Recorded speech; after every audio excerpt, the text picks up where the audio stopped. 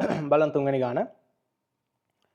තුන්වෙනි ගානේ ඔය දීලා තියෙන අසමානතා දෙක මම දීලා තියෙන ලියාගෙන තියෙනවා. අසමානතා දෙක යන අසමානතා සපුරන ඉසෙට් සංකීර්ණ සංඛ්‍යා නිරූපණය කරන ලක්ෂණින් සමන්විත S පෙදෙස ආගම් සටහනක ලකුණු කරන්න කියලා තියෙනවා. S ගේ වර්ගඵලය හොයන්න කියලා තියෙනවා. රයිට් මොකද කියන්නේ? මේ දෙන ආගම් සටහනක ලකුණු කරන්නලු ලකුණු කරලා ඒ පොදු පැත්ත පොදු ප්‍රදේශයේ පාට කරලා ඒ පාට කරපු කොටද වර්ගඵලය හොයන්න කියලා කියන්නේ. රයිට් මුලින්ම අඳගමු. බලන්න මෙයා කොහොමද සම්මත ආකාරවලින් ලියාගන්නේ? එහෙම ලියාගත්තම ලේසි මේක කල්පනා කරන්න. ඍණ z නෝට් නෙන්න ඕන. එහෙනම් z ඍණ z නෝට් කියන්නේ සංකීර්ණ සංඛ්‍යාව. මෙතන 3 ධන බිඳුවක් අයිනේ තියෙන්නේ. රයිට්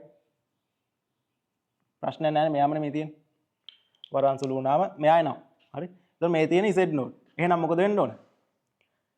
කේන්ද්‍රය 3,0 තාත්වික අක්ෂය 3 අතාත්වික අක්ෂය බිඳුව වෙච්ච ලක්ෂේ එයා කේන්ද්‍ර කරගෙන අරය 3ක් වෙන වෘත්තේ. හරි? වෘත්තේ එයාගේ ඇතුළ කොටස තමයි මේ තියෙන්නේ. රයිට්?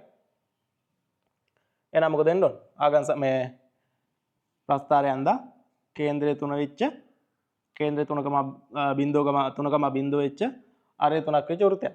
රයිට්? අඳගමු.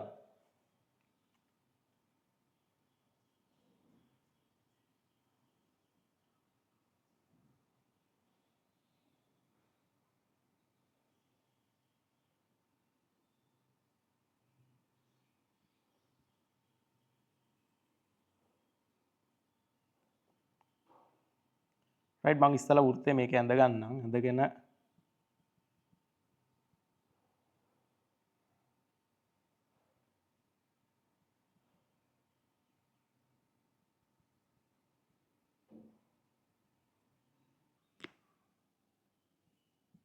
මේ තියෙන්නේ තාත්වික අක්ෂය මේ තියෙන්නේ අතාත්වික අක්ෂය.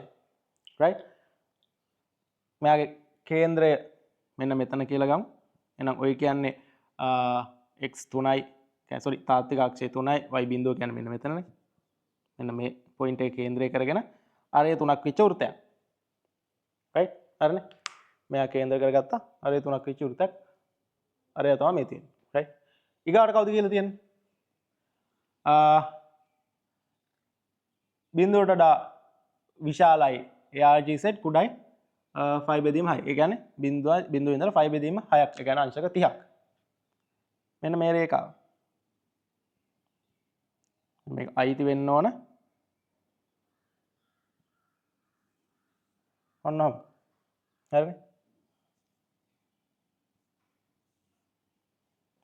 මෙන්න මෙයා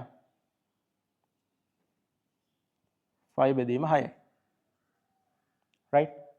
එතකොට දෙන්නටම පොදු ප්‍රදේශය මොකද්ද? මෙන්න මෙයා. මෙන්න මේ ටික එහෙනම් පාට කරලා තියෙනවා.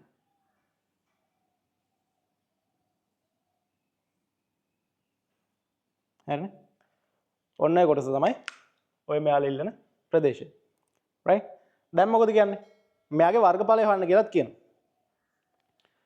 වර්ගඵලය හොයන්නේ කොහොමද? පොඩි ලේසි ට්‍රික් එකක් ඒ කියන්නේ ලේසි කියන්නේ මට එකපාර දැක්ක ගමන් මතක් වෙන පොඩි ට්‍රික් එකක් තියෙනවා. මම ඒක පාවිච්චි කරන්න. මම දන්නේ කවුරු වෙන ක්‍රම වලට හැදුවද කියලා. මම මේ ක්‍රමය තමයි මම හදන්නේ. මට එකපාර ක්ලික් වුණේ මෙන්න මේක. රයිට්. ඔන්න ඔය කේන්ද්‍රයයි මෙන්න මෙතන යා කරගන්නකෝ. දැන් මොකද වෙන්නේ? මෙයා සමදීපාද ත්‍රිකෝණයක්. මෙයා 5 බෙදීම 6යි නම් මෙයාත් කීයද? 5 බෙදීම 6යි. මොන නැත්තම් 30යි. රයිට්. එතකොට මේ ත්‍රිකෝණේ වර්ගඵලයයි මෙන්න මේ ඡාප කොටසේ වර්ගඵලයයි හොයලා දෙන්න එකතු කරා නම් හරිනේ. හරි? එහෙම කරා නම් හරිනේ. එතකොට ඡාප කොටසේ වර්ගඵලය හොයන්නේ කොහොමද? භාගයක් r වර්ග θ. මෙන්න මෙහෙමනේ කේන්ද්‍රික ඛණ්ඩයක වර්ගඵලය හොයන්නේ. මෙන්න මේ කේන්ද්‍රික ඛණ්ඩයේ වර්ගඵලය කේන්ද්‍රික ඛණ්ඩයක වර්ගඵලය හොයන්නේ ඔන්න ඔන්න. අර θ කියන්නේ θ රේඩියන් වලින් දානවා. රයිට්? එයාට එකතු කරන්න ඕනේ මෙන්න මේ ත්‍රිකෝණේ වර්ගඵලය. රයිට්? ත්‍රිකෝණේ වර්ගඵලය ගන්න කොහොමද? ආධාරකේ වතාවක් ලම්බ උස දැම්මම හරිනේ. මෙන්න මේ ලම්බ උස ගන්නකො. රයිට්? මෙන්න මේ ලම්බ උස ගත්තා නම් හරි. මෙයා 3යි. මොකද වෘත්තයේ අරේ 3යිනේ. මෙයා 3යි. එහෙනම් මෙයා 3යි. මෙයා සමද්විපාද ත්‍රිකෝණයක්. අනිත් එක මේ තියෙන වෘත්තයේ අරේ. දැන් අපිට මොකද කරන්න පුළුවන්? මෙන්න මේ පාදේ දිගනේ ඕන. මෙන්න මේ පාදේ දිග ගන්න කොහමද?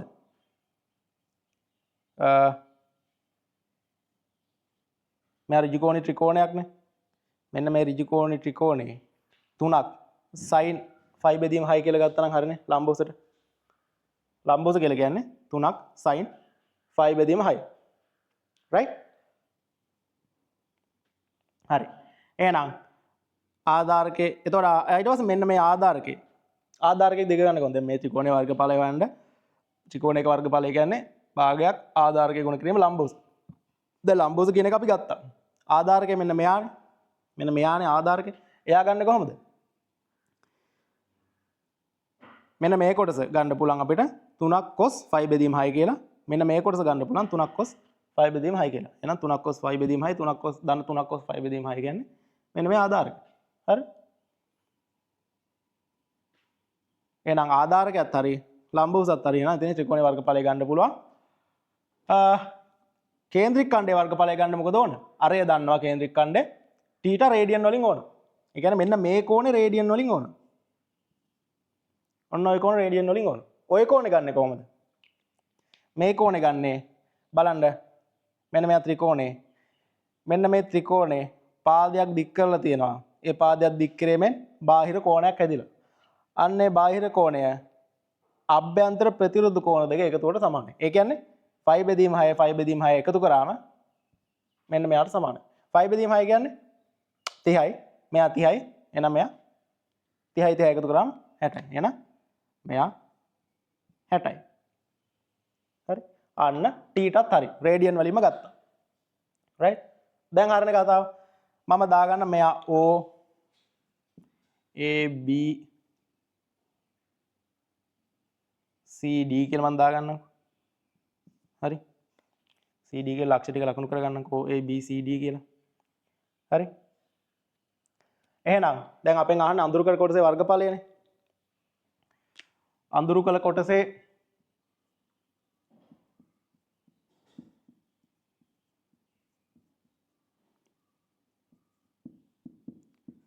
වර්ගඵලය මම A කියලා ගත්තොත් A සමානයි OBD ත්‍රිකෝණයේ වර්ගඵලය ධන DBC කේන්ද්‍රික ඛණ්ඩයේ වර්ගඵලය. right? OBD වර්ගඵලය ධන DBC කේන්ද්‍රික ඛණ්ඩයේ වර්ගඵලය කියලා මට ලියන්න පුළුවන්. හරි. එහෙනම් A සමානයි OBD ත්‍රිකෝණයේ වර්ගඵලය. මෙයානේ ත්‍රිකෝණයක වර්ගඵල ලියන්නේ භාගයක් බලන්න ආධාරකය කවුද කියලා? භාගයක් ආධාරකය මෙන්න මෙයානේ. මෙයා කියන්නේ කවුද? ඉස්සලා කතා කරා 3ක් cos 5 බෙදීම 6 වගේ ඒවා දෙකක්. දේවතාවක් 3ක් cos 5 බෙදීම 6.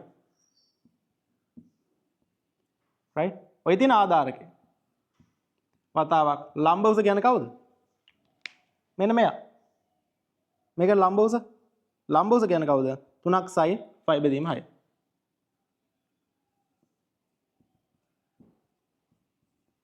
හරිනේ? 3ක් sin 5 බෙදීම 6. මේ දින ත්‍රිකෝණයේ වර්ගඵලය. දැන් එකතු කරන්න ඕනේ ඒකට මොකද්ද? කේන්ද්‍රික ඛණ්ඩයේ වර්ගඵලය. එයා ගන්න කොහොමද? භාගයක් r වර්ග කියන්නේ 3 වර්ගයයි. θ කියන්නේ කවුද? 5 බෙදීම 3යි. රේඩියන් වලින් දාන්න ඕනේ. 5 බෙදීම 3යි. right? දැන් ඉතින් ඕක පොඩ්ඩක් අඩු කරලා තියමු. එහෙට මෙහෙට කරලා. මේ දෙකයි මේ භාගය සුළු වෙනවා. මේ භාගය මේ දෙකයි සුළු වෙනවා. එතකොට මෙතන 3ක් cos 30 කියන්නේ මූල 3 බෙදීම 2යි. වතාවක් මෙතන එනවා 3ක් sin ඒ කියන්නේ භාගයයි. ධන මෙතනින් එක 3ක් අඩු වෙලා 3ක් පයි බෙදීම 2යි කියලා එනවා. right? එතකොට මෙතන එනවා